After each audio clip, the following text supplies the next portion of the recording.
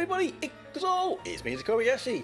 How's everybody doing? Today we're going to be looking at this month's Abyssal Battle January 2025. And as we can see here, it is the dark element that we want to be using this month. We want to be using dark teams. So let's go in and jump into it quickly. We will have a little look at, again, for any newer player, how this mode works. First, you need to take on the Outpost Quest here on the left.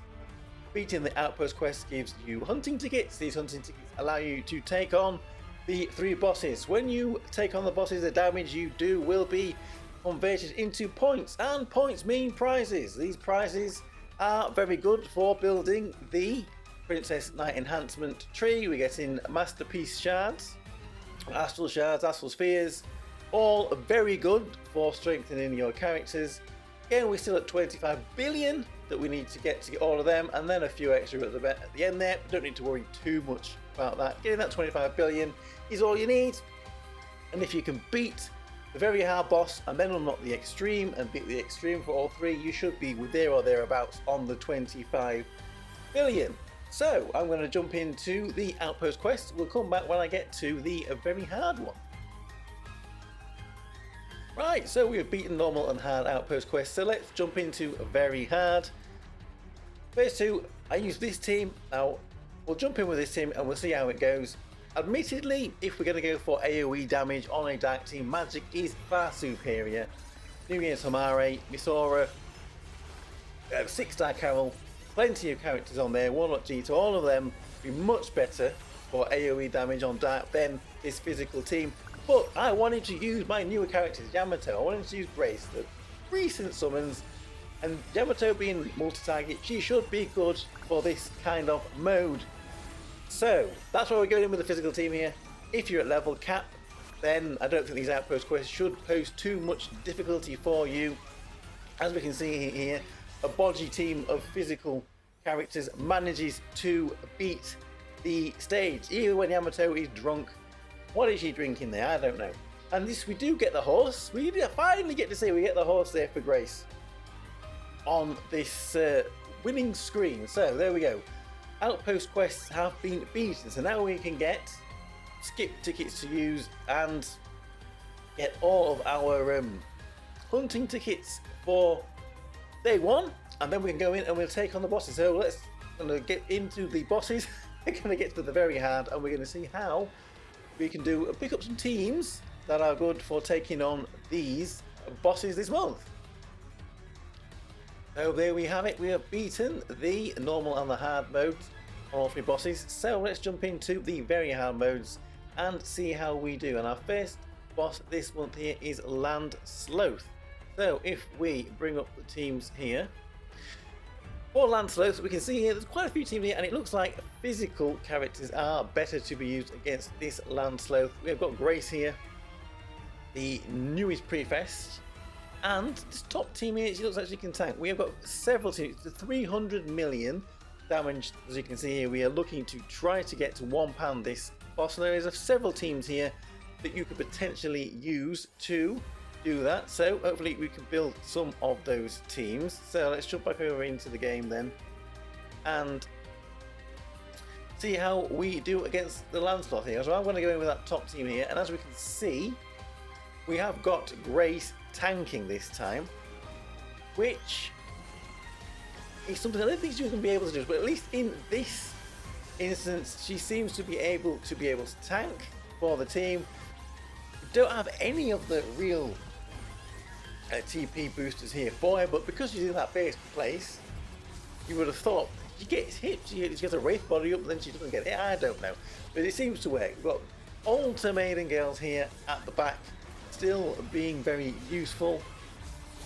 We need to get that 300 million for £1 on the Land Sloth here, which I think we should be able to do quite easily with this team. There are obviously other variations of this if you can't build this team. With less than 30 seconds to go, we have still already beaten it, so I'm pretty confident we can do this. Strange to see that the Koto commander is here instead of Eriko. I mean, I don't know. Sure, Erika will be doing okay, but we have beaten Land Sloth there without too much difficulty there with that top recommendation team there. And Grace is doing a decent amount of damage. Everybody on there doing okay damage. It's a bit of a balanced team. So there we go. That is teams for Land Sloth here. And as we can see, we've unlocked Extreme. Let's move on then to boss number 2 then. And this month we have got the Goblin Rider. And here are some of the teams for Goblin Rider this month. As we can see, we have moved over to Magic now. So, Grace was used before, but she doesn't look like she's being used anymore in this. So, there's only one team here that can do more than 300 million. So, it looks like, unless you can build that top team and it's got both the Homares in it, you might be struggling. And this is probably going to be a 2-pan for this. So let's jump in with my team here. So I'm going to have to borrow, I believe. What are we going to go? We're going to go for this Ilya team here because I don't have the Prefest Homare, and without the Prefest Homare we can't run any of the teams that have got both of the Homares in them. So we're going to go in with this team here. We're going to borrow the Warlock G so that I am very dependent on. And we will send this off. Now I don't expect this team to 1-pan it, but we should come pretty close to it. I believe this team had Prefest Homare as the intended character. If you don't have Prefest Homare but you do have the Summer Homare on any of these compositions, then swap them out. I think they do just as good. Either way, either one of them should work. It's when you have to run them both on the same team. If you don't have one of them, there's going to be maybe a slight issue. Goblin Rider here is, as I say, multi-tag, but he's only got 2 damage nodes, so AoE will be effective, but maybe not quite as effective as you might have thought.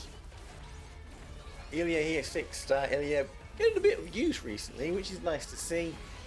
And we are going with Eris, as always. Grace, being physical, wouldn't work as well, I don't believe, on this magical setup of a team. So we are coming down to the end of Goblin Rider here. We're not going to be getting the 1-pan on here, the 300 million damage, which isn't unexpected, but we didn't do too bad at all. We got, what did we get? 264 million damage, which is not bad at all there. And as you can see, I'll just bring the teams back up again. Because we used the Summer Homare instead of the Prefest Homare, actually did a tiny little bit more damage there for me.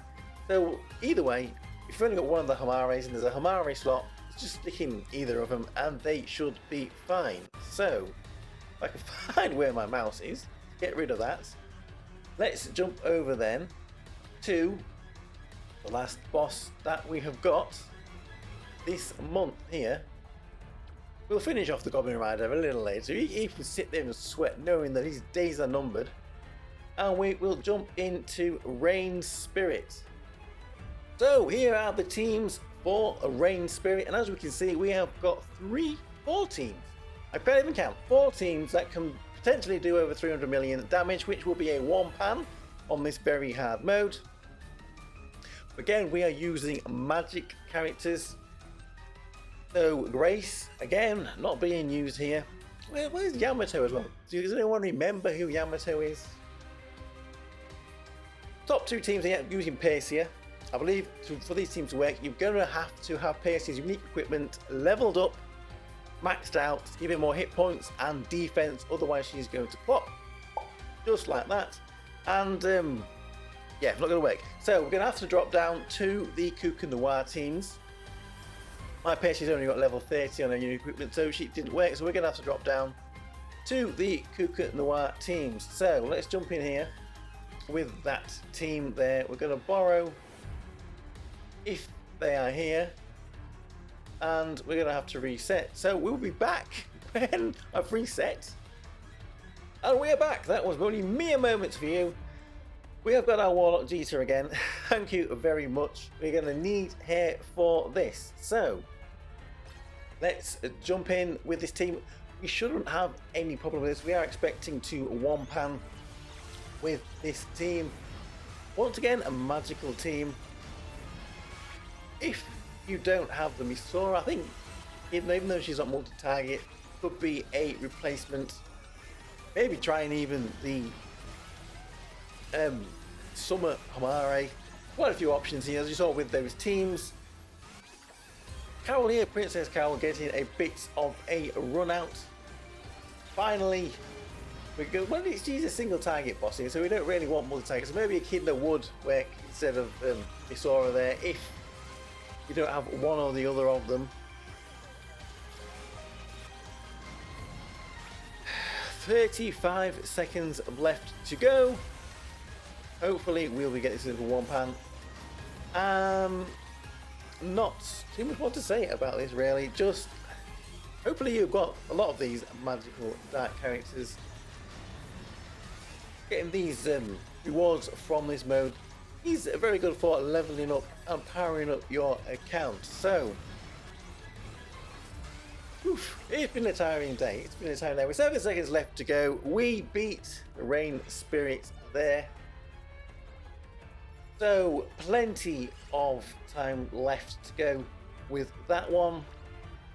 Obviously Princess Carol there doing the most damage. So that means for bosses we have now unlocked the extreme modes. As always, the extreme mode is no more difficult than the very hard. They just have more hit points. They don't do more damage, they just have more hit points. So go in and hit it with the best team you had for the very hard mode, and you should be pretty good on those rewards. I've already got 11 billion damage just from doing all of that. So there we go, that is Abyssal Battle for January 2025. Hopefully you can all do pretty well on that. Let me know how you're doing with that. I'm Tokkuri Yashi. Thank you very much for watching, and see you all again for another video. Bye bye bye bye bye. Hey hey hey.